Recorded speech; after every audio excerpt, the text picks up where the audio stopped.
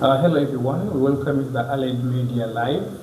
Today in the studio, we're here with a prominent coordinator of the book club, and I would like her to introduce herself to you guys.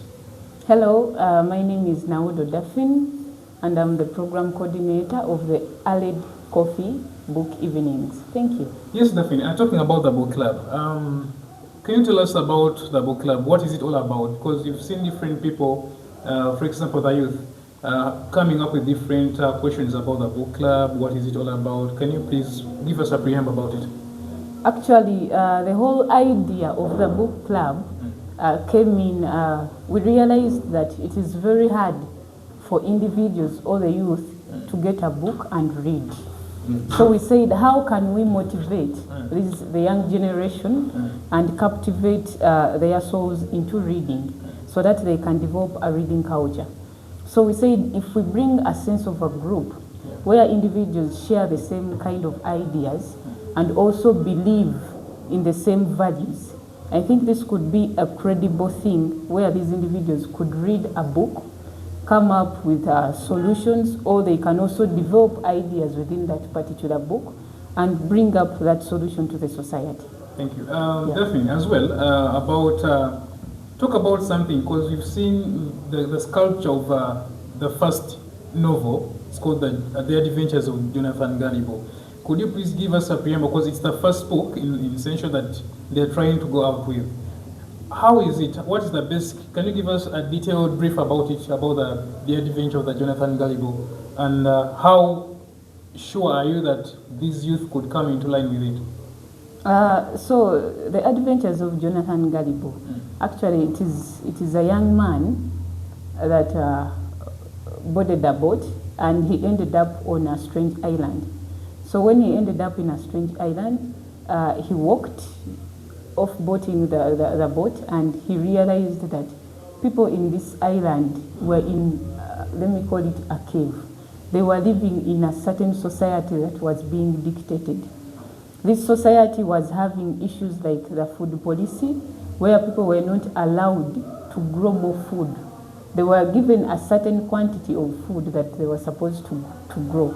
So he was, let me say, he was mesmerized and wondered how these people lived in such a society. My best part, actually, because every interview I think I bring about the toll tax, because he reached an extent when he was passing by, he found a gentleman, he was kneeling on his knees, but while walking. So he wondered, why are you doing such? Because you're hurting your knee, your health is being injured. And this gentleman replied that there was a tax that was imposed on the toll people. So if you're toll, you're supposed to pay a certain tax. It was considered that these toll people had more advantage than the short people, so they were to pay more taxes. So he was a bit perturbed and said, whoever made this resolution considered an emotional view than a logical reasoning. Because if you reason logically, that doesn't work.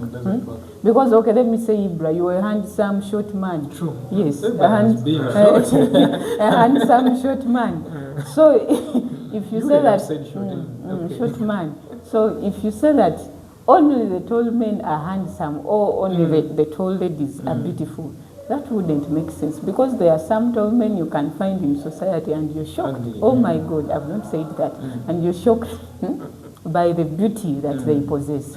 So if someone, it is, now when we reflect it to our normal policies, here a youth is opened, and you say, oh, what is happening in society? Should be cited. If I am black or I'm of a certain culture, I should not be segregated because of my culture. You get it?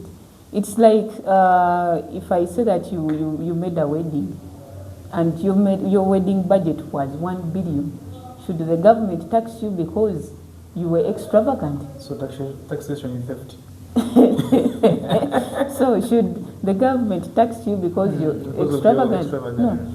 So we look at this. Some of the taxes are imposed to inflict pain on individuals and they are cornered into making decisions that cannot work for their well-being. yeah. Because now, if you're imposed to pay a certain tax, that means you're going to outgo some of the things you would have done for yourself. And that is when we bring in the economic right.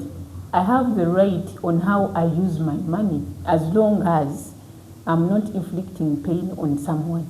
True. So you cannot dictate how I use my money.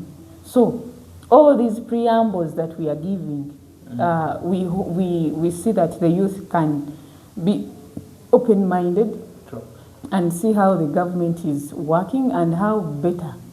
By the talking about working, as we are still trying to end up this, our sum up, where does the book launch actually held, and give us the specifications about the programming of it? Where do you see it, which day, like that? Who like the contact person?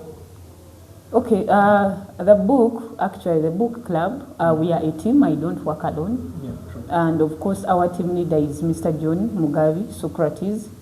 So we work with Joram, Mwesige. So all those are wonderful libertarians that have embraced the ideas of the liberty movement. And they see that there is need for the youth to come up with, to be innovative in a space that is free. Because when we say free and prosperous society, that is our mission, a free and prosperous society.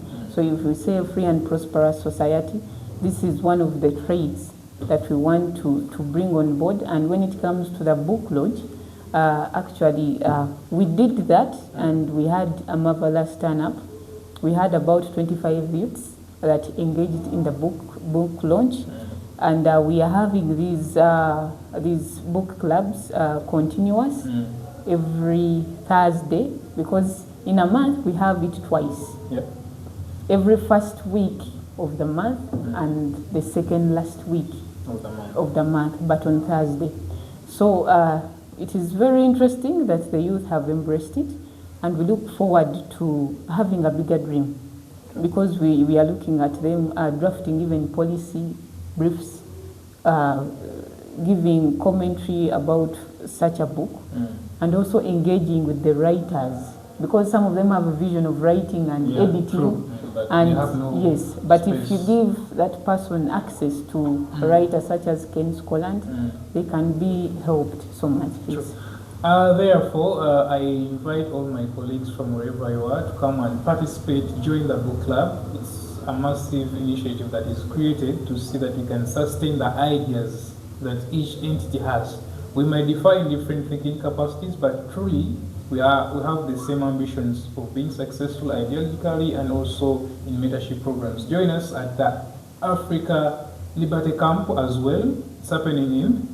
It's happening on July. July from 23rd to 26th. So join us. Let's have a prosperous society together.